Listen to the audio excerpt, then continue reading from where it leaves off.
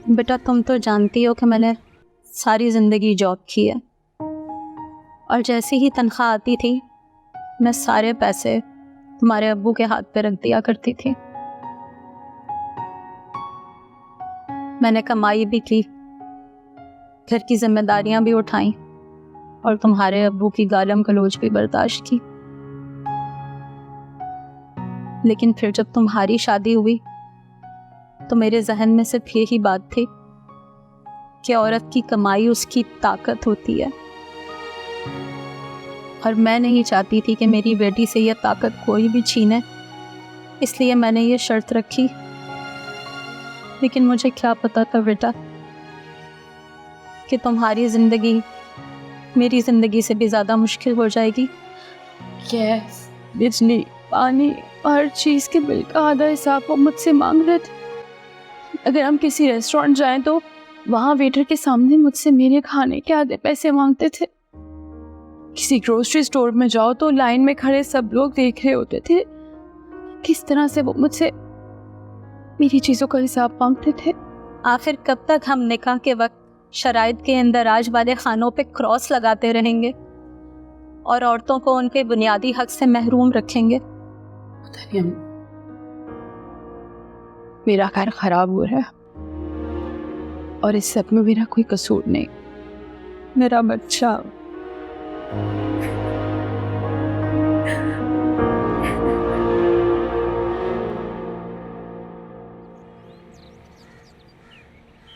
भाभी नजर नहीं आ रही मोहसिन।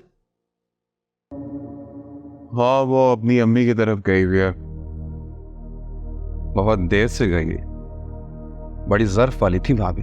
क्या मतलब? मैं समझा नहीं। तुम कुछ भी नहीं समझ रहे हो मोहसिन।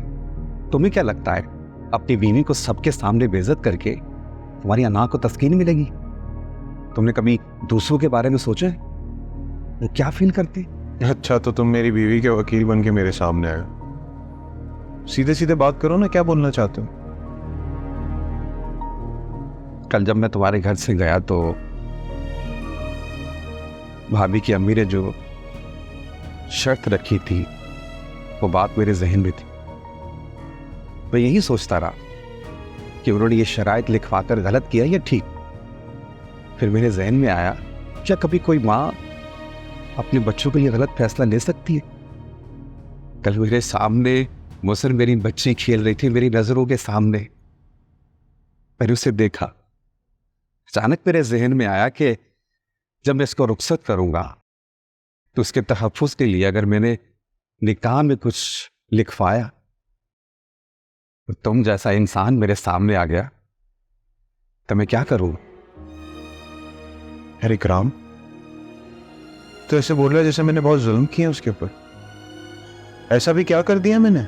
पनाह परस्त इंसान जालिम से बुरा हो। तुम अपने दिल पे राहत रख के बताओ मुझे, जब से तुम भाभी को ब्याह कर लाए हो कौन सी जिम्मेदारी पूरी की है तुमने?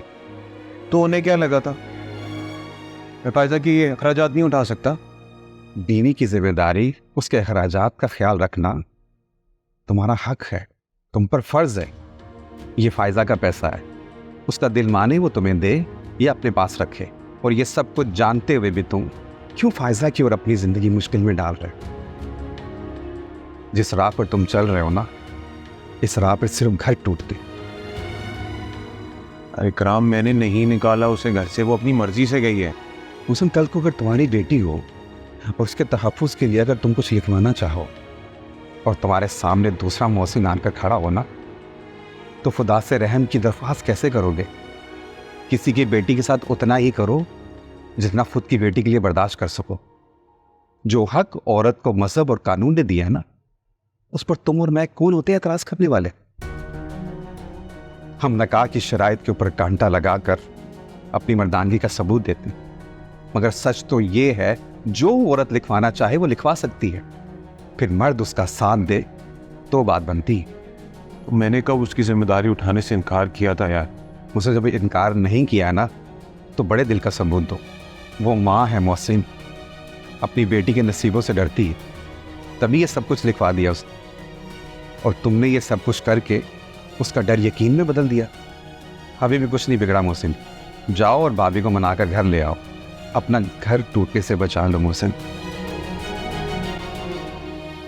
मैं चलता हूँ। फिर से कहानी बुनी है जो अनकही अनसुनी है, रिश्तों के उलझे फसाने, कुछ खूबसूरत बहाने।